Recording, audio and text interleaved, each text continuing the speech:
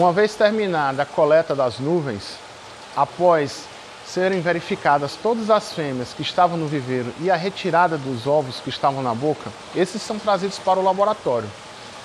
Passarão por um processo de gradeamento também para a retirada de partículas estranhas como areia, galhos ou até pequenos caramujos que possam ter dentro do viveiro. Esses ovos serão pesados para se ter uma estimativa da quantidade de ovos gerados pelo viveiro. Como é que é feita essa estimativa? Já se tem uma média de que para cada 1 grama de ovo, nós vamos ter em torno de 120 ovos. Esses ovos, após serem pesados, eles serão transferidos para as incubadoras plásticas. São incubadoras que têm 2 litros de volume e essas incubadoras elas têm capacidade de até 500 gramas de ovo.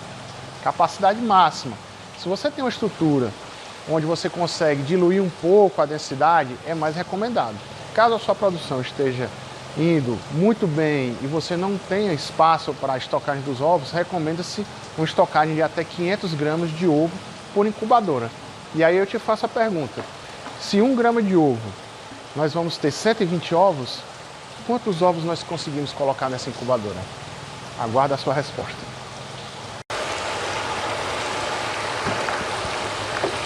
Um ovinho aqui, viu? Vamos lá.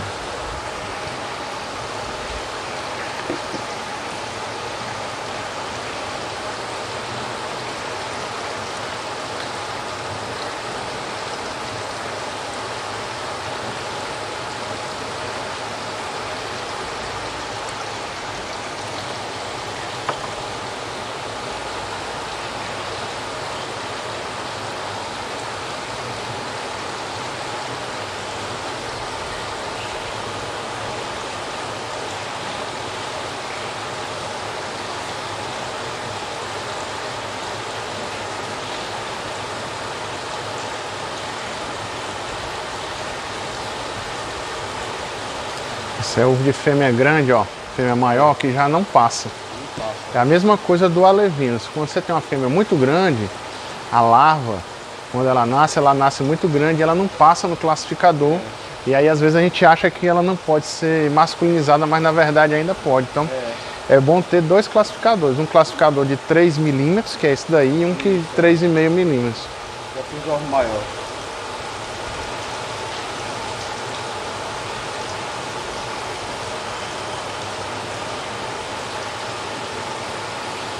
Quantidade de ovos coletadas no viveiro, inicialmente faz a pesagem de um volume de água. Aqui nós pesamos 400 gramas de água e é colocado o ovo o mais seco possível.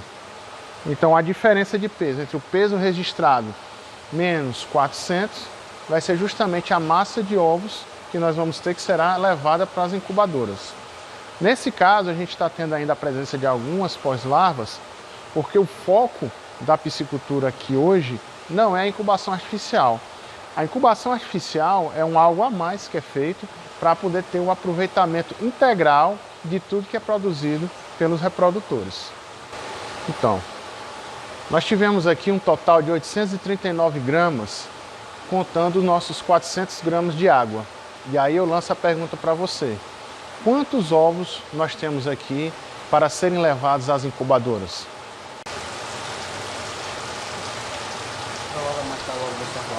Vamos lá.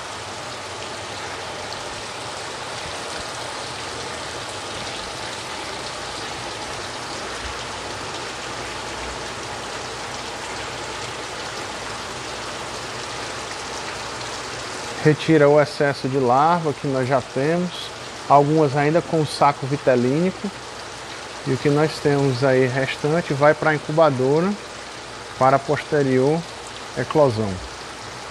Muito cuidado no momento do povoamento da incubadora, para que não haja um choque com os ovos. Dessa forma, a incubadora ela já tem que ter uma determinada quantidade de água, água essa com a mesma temperatura de onde estavam os ovos.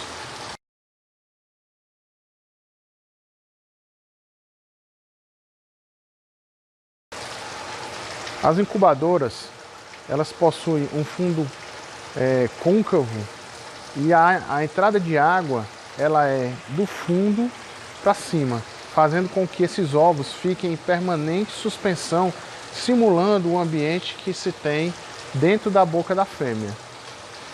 Não podemos colocar uma vazão de água muito elevada, pois caso isso ocorra, os ovos irão ser suspendidos pela água e irão direto para a peneira de recepção. Então é importante se ter uma vazão que não seja pequena demais para que os ovos não fiquem em suspensão, nem grande demais para que os ovos sejam carreados pela corrente de água para fora da incubadora. Uma vez que ocorre a eclosão do ovo, a larva ela nada e ela tem de seguir a correnteza. E na sequência ela é coletada pelas peneiras de coleta para posteriormente serem transferidas para as calhas onde ocorrerá a masculinização. Como eu estava explicando para vocês, a incubadora ela tem que ter um fundo côncavo para que na hora que a água entre por baixo, ela faça um movimento de revolvimento dos ovos, simulando a boca da fêmea. Então é importante que esses ovos eles fiquem em constante movimentação para que não ocorra falta de oxigenação entre os ovos. Se você não trabalha com uma grande movimentação de água, pode ser que esses ovos eles venham a ter uma adesão entre si, zonas anaeróbicas e possível desenvolvimento de fungo. Mas também nós não podemos ter uma movimentação de água extremamente alta para que esses ovos eles sejam carreados pela correnteza de água e venham a se perder. No caso aqui do laboratório, hoje eles trabalham com coleta total de larvas e pós-larvas. Mas outros laboratórios que trabalham com coleta de ovo da boca da fêmea, é importante a observação da coloração do ovo. Nesse caso, nós temos ovos amarelo-alaranjados e já bem escuros. Essa coloração indica que o ovo ele já está próximo à eclosão. Nós temos basicamente 3 colorações de ovo. Ovo amarelo claro, ovo amarelo escuro e ovo alaranjado. O ovo amarelo claro ele é um ovo muito imaturo.